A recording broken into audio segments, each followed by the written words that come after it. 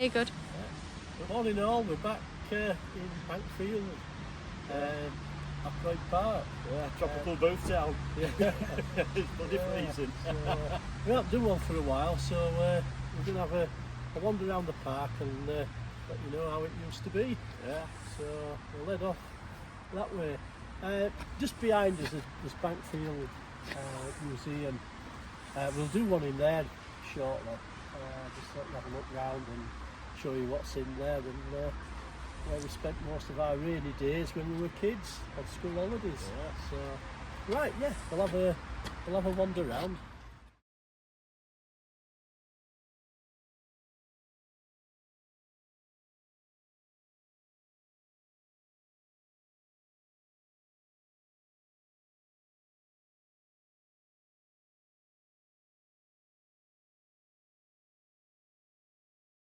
Right, we're back again. That's it, we're going to have a wander around Akroyd Park, or Akroyd Park, however you want to pronounce it. We moved down here as a family, I think around about 1966, 67, just before Michael was born. You were born in August 67, Yeah. weren't you? We were living down Woodside at the time. But I'd say 90% of our school holidays, we didn't really go anywhere. Apart from probably a week in Primrose Valley across in Filey, but the rest of the time we spent in the park, entertaining ourselves here. And yeah, there's been a lot of changes. It's just totally different from how it was. What do you think? Yeah. Well, you haven't got all cars parking in here, anyway. No. When you were in. And it were. Like we mentioned before about the guys who used to look after the park. You'd have like a team of guys who had ownership of the park really. They looked after it and kept it, you know, lovely with flowers and everything that looked after. There's a lot more civic pride than there Yeah. is now. I don't think anybody gives a chuff really sometimes. No, I but, think they're doing bare minimum today. Like, Yeah. You know, and that's Yeah. about it. Cut grass. They don't put flowers in. no. But we used to have like. I remember, well, there's a lot of scaffolding here at the moment, but I can remember there being a big greenhouse type thing where they used to grow like tropical plants and stuff. That was just a bit further back, but in this corner they had like it was covered Yeah. area, Yeah. and that's where the dad proposed to my mum. Oh, yeah, I can remember. I Yeah. remember my mum saying that. Yeah. There's a lot of building work going on, but that'll be just. I think it's more maintenance than anything Maintenance else, isn't it? But, just left it that long. yeah. Yeah, I mean, like a lot of parks, and I suppose it's not just here, but countrywide, the parks are a lot nicer places to be. Yeah. Whereas now they just, like I say, they just do the bare minimum for just to keep it going. Yeah. I mean, I live over in Baildon now, which is obviously near Shipley. We've got Roberts Park, which is part of Saltaire, so it's an UNESCO heritage site. So that's a beautiful park, as I have walked around there, and that's how it used to be around here. Yeah. So I think they had gardeners work. I think you worked there. Yeah, didn't you? I worked. Yeah, when I first left school. Yeah. Worked there for about a year. Because they were. I can remember them being over there somewhere. Yeah, because you used to have, and it were like self-contained, so they'd grow all their own plants and flowers and things in the greenhouse, which were just where that Just show you. thing is, Yeah. just behind us. Yeah. But, There's not a great deal further on, is there? I think. No. But I seem to think there was some sort of a shelter. that over was there. Just where them benches are there, just All right. Yeah. top there. You Yeah. have a sundial there as well. That's one. Yeah. But that's where the big greenhouse was. Yeah. Big Victorian thing with Yeah.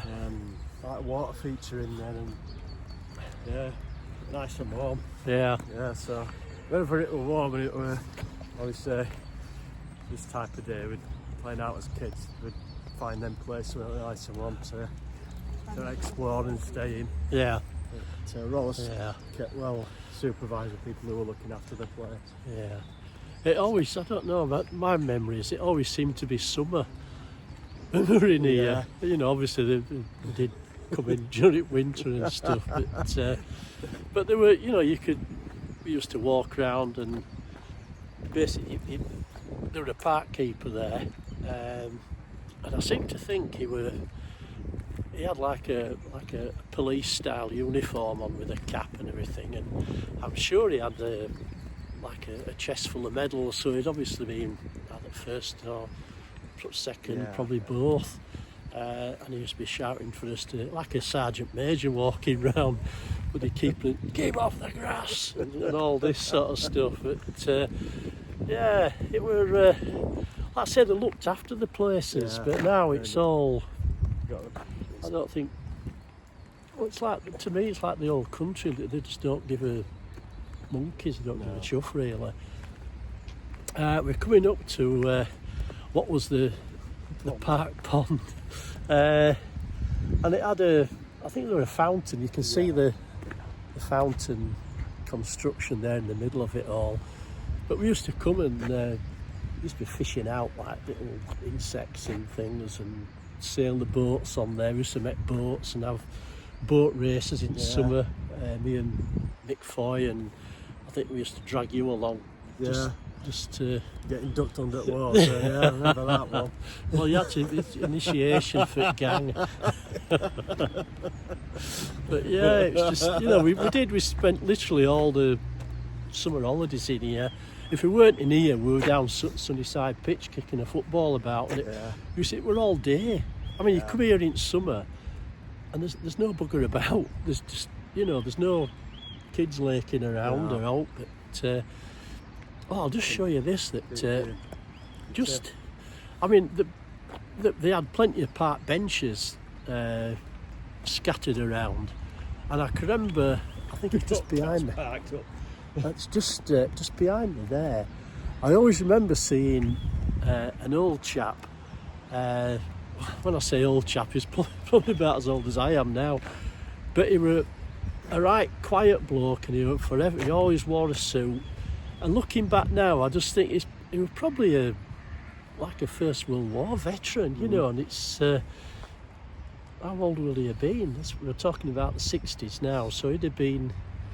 Probably about late 60s, late 60s, probably as old as I am now, and he would just sat there and he didn't speak to anybody, he was just so in his own thoughts, and, you know, looking at the education we've got now and the knowledge that we've got, you know, the poor bugger were probably suffering from PTSD or whatever, you know, mental illness, going through all that. Probably served with granddad as well. Yeah, So, but I always remember him being sat there with, you know, we used to say how do and stuff, but he just... obviously he was in his own little world there,